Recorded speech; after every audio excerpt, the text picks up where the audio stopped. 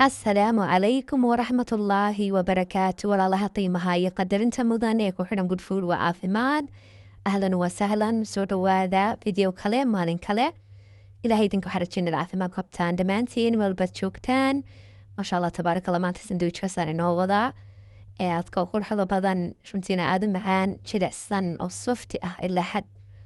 maasha allah saan u sameeyey ayaa rabaa inaa idinla wadaago soo dhawaada mar kale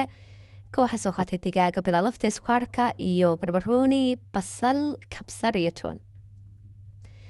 intaa kadib maqliga ayaan dabka soo saaray waxaan kusoo shubtay saliidii basasha ayaan kusoo ridaya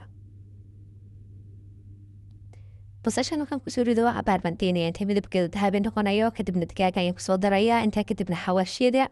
oo ka kooban kaamuun iyo barbarooniga shiidan huruud waxaan kaloo kusoo daray barbaroonigii intaa kadib waxaan ku darayaa rumaanka sooskeeda iyo kabsarta iyo toontii kabsar iyo toon baan kusoo darayaan soo tumay kadibna rumaanka sooskeedii baan kusoo darayaa maasha allah tabaaraka allah intaasna si fiican isku dhex gelinayaa kadibna waxaan kusoo darayaa milixdana oo adiga iyo rabitaankaaga intaa rabtina ku darsatid saasay diyaar inoogu tahay hadda xawayaan waqtigii aan kibista hoosta ka gelin lahaa maasha allah اللهم بارك رودي بتقلين كرتا كبستا تقلين كرتا عاد وهي تحشهاي صوص كاين سو مري كبستا كدبنا دقاقة يام كسوري دنا يام حشودي ما شاء الله اللهم بارك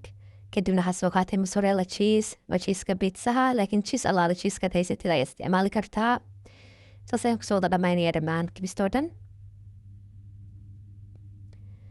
انت كدبنا حسو صار يام مقلقة وسو يرد تبدوين مدب حسو يشكر حبا بدن ما شاء الله لكم مشيكين كرو sooskaad baan usoo sameeyey insha alla isagana waan soo gelin doonaa maalmaha soo socda allahuma baarik waxaa rajeynaya ilaa inta inaad ida soo gaadheen inaad ka bawateen videoga fadlan subscribe-ka iyo shareka iyo commentiga waa xaggiina like-tana noogu roonaada si videoga meel sare u gaaro walaala cusub inoogu soo biiraan fadlan janalka kor u qaada waxaan soo rajeynaya khayr iyo barako iyo barwaaqo video lamida intaynu iskugu soo laaban doono waxaynu kaga tegaya isma dhaafno السلام عليكم ورحمة الله وبركاته